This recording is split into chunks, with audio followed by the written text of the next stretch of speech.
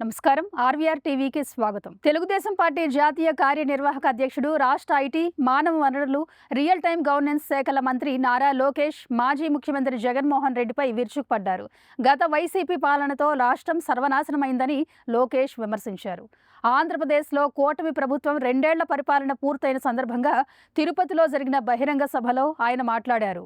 చంద్రబాబు నాయుడు విరాట్ కోహ్లీ లాంటి వాడని లోకేష్ అన్నారు. చంద్రబాబు నాయుడుకు అలసట తెలియదన్నారు. అవతలి వైపు ప్రత్యర్థులు మాత్రమే అలసిపోతారని లోకేష్ చెప్పారు. ఎన్డీఏ సారథ్యంలోని కూటమి ప్రభుత్వం ప్రజల అభివృద్ధి, సంక్షేమానికి పాటుపడుతుంటే విపక్ష వైసీపీ ప్రజల నాశనం కోరుకుంటోందని లోకేష్ ఆరోపించారు. ఎన్డీఏ ప్రభుత్వ 2 ఏళ్ల పాలనను పురస్కరించుకుని ఏర్పాటు చేసిన సుపరిపాలన, స్వర్ణాంధ్రప్రదేశ్ 2 ఏళ్ల విజయోత్సవాలు సభలో ఆయన ప్రసంగించారు. రాష్ట్రం అభివృద్ధి చెందాలంటే ఎన్డీఏ ప్రభుత్వం కొనసాగాలని చెప్పారు. వైఎస్ఆర్సీపీ గొడ్డలి పార్టీతో రాష్ట్రం సర్వనాశనం అయిపోతుందని ఆయన హెచ్చరించారు. ఇప్పుడున్న రాజకీయాల్లో విరాట్ కోహ్లీ మన చంద్రబాబు నాయుడు గారు.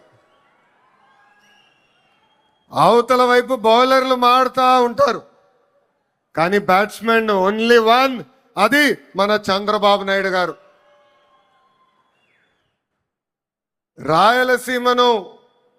రాయలసీమగా మార్చిన వ్యక్తి మన చంద్రబాబు నాయుడు గారు. ఎవరికి తెలియని సమయంలో బిందు సైన్యం పరిచయం చేసి ఏకంగా రాయలసీమలో రత్నాలు పండే విధంగా చేసిన వ్యక్తి మన సిబిఎన్. హంద్రినివా సుజలా స్రవంతి ప్రాజెక్ట్ ని పూర్తి చేసి చివరి నియోజకవర్గం కుప్పానికి నీరు తీసుకెళ్లిన వ్యక్తి మన సిబిఎన్. అంతెందుకు పులివెందల కూడా నీరిచ్చిన గొప్ప వ్యక్తి మన చంద్రబాబు నాయుడు గారు. ఇప్పుడు ఏకంగా 1,00,000 కోట్ల పెట్టుబడితో మిషన్ రాయలసీమ కూడా ప్రారంభించబోయే వ్యక్తి మన ముఖ్యమంత్రి చంద్రబాబు నాయుడు గారు. గత 5 ఏళ్లలో గొడ్డలి పార్టీ అరాచకమే ఏకైక ఎజెండాలా పాలన సాగించిందని లోకేష్ ఆరోపించారు.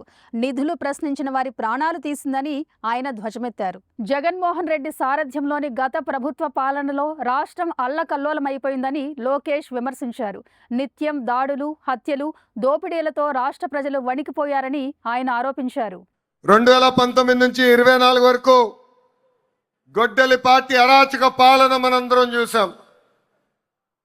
వాళ్ళ చెల్లికి అన్యాయం చేయొద్దని అడిగిన బీసీ బిడ్డ అమర్నాథ్ గౌడ్ పైన పెట్రోల్ పోసి ఎలా తగలబెట్టారో మన కల్లారా చూసాం. ఒక మాస్క్ అడిగినందుకు ఒక దళిత డాక్టర్ సుబ్రహ్మణ్యాన్ని పిచ్చోడు చేసి ఎలా చంపేశారో ప్రజలందరూ చూశారు. సొంత డ్రైవర్ సుబ్రహ్మణ్యాన్ని ఏకంగా గంజాయి మత్తులో చంపేసిన వాళ్ళ ఎమ్మెల్సీని మనందరం చూసాం.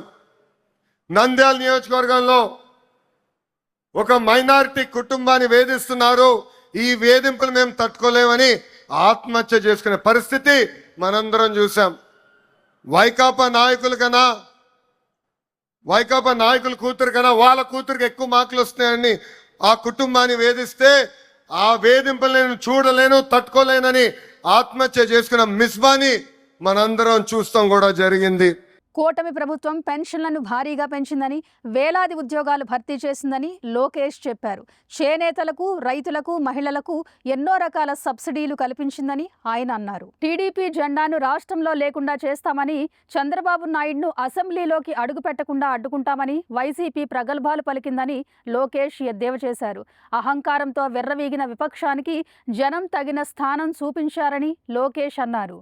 ఆనాడు అన్నారు తెలుగుదేశం పార్టీ జెండా లేకుండా చేస్తామన్నారు, ప్రజలే ఈరోజు వాళ్ళ జెండా పీకేస్తాం జరిగింది.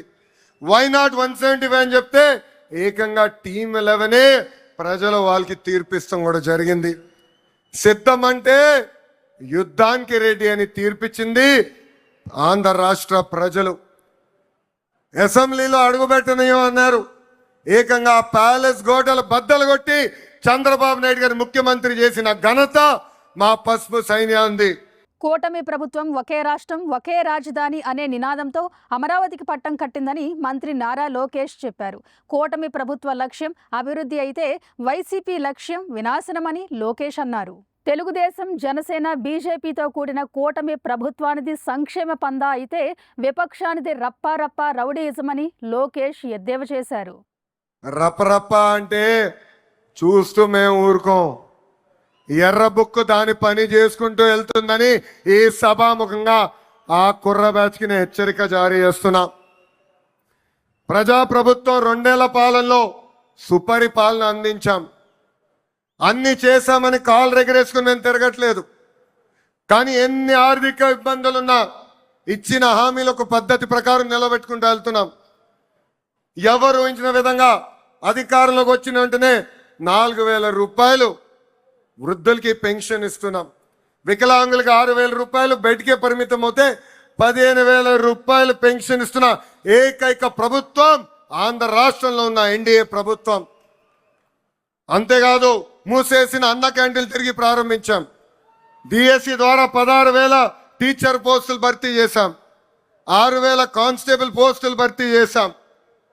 ఏకంగా మన జాబ్ క్యాలెండర్ విడుదల చేసి సంవత్సరం పూర్తయ్యే లోపల 10,000 ఉద్యోగాలు కూడా భర్తీ చేసే బాధ్యత ఎన్డీఏ ప్రభుత్వం తీసుకుంటుంది.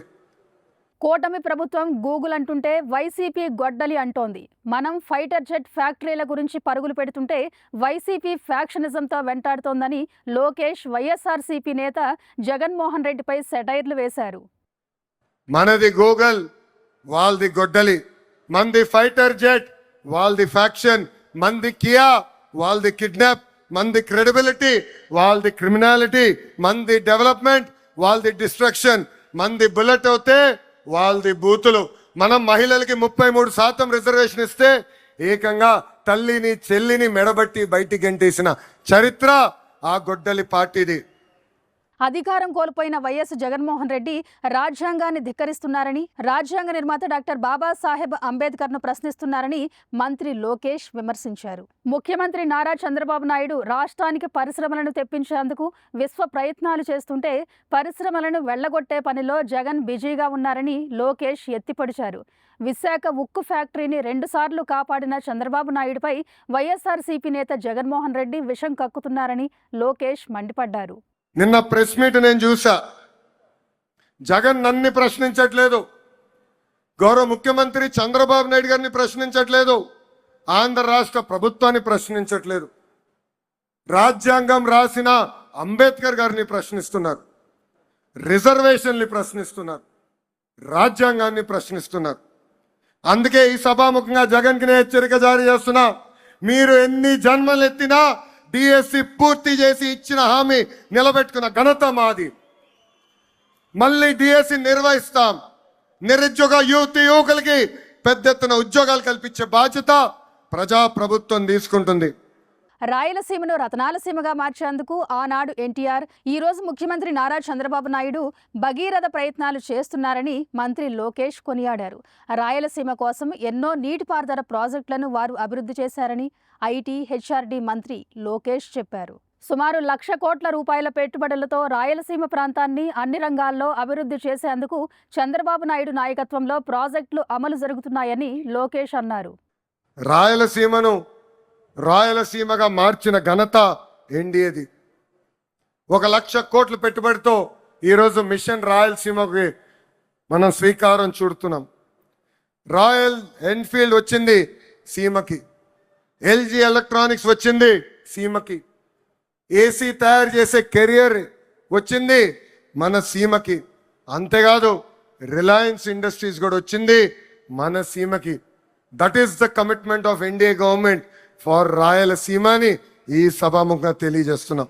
కూటమి ప్రభుత్వ విజయోత్సవ సభలకు ప్రజలు, కూటమి పార్టీల కార్యకర్తలు భారీ సంఖ్యలో హాజరయ్యారు. ఇలాంటి కరెంట్ అప్డేట్స్ కోసం చూస్తూనే ఉండండి మన ఆర్వీఆర్ టీవీ. లైక్ చేయండి, షేర్ చేయండి, సబ్స్క్రైబ్ చేయండి.